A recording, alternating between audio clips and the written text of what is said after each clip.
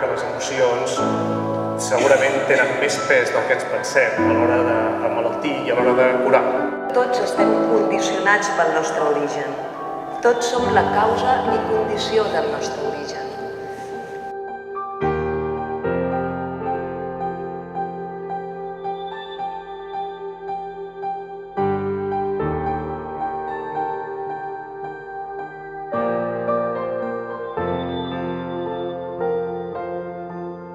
Eso es vivir la experiencia, eso es asumir tu experiencia como ser humano.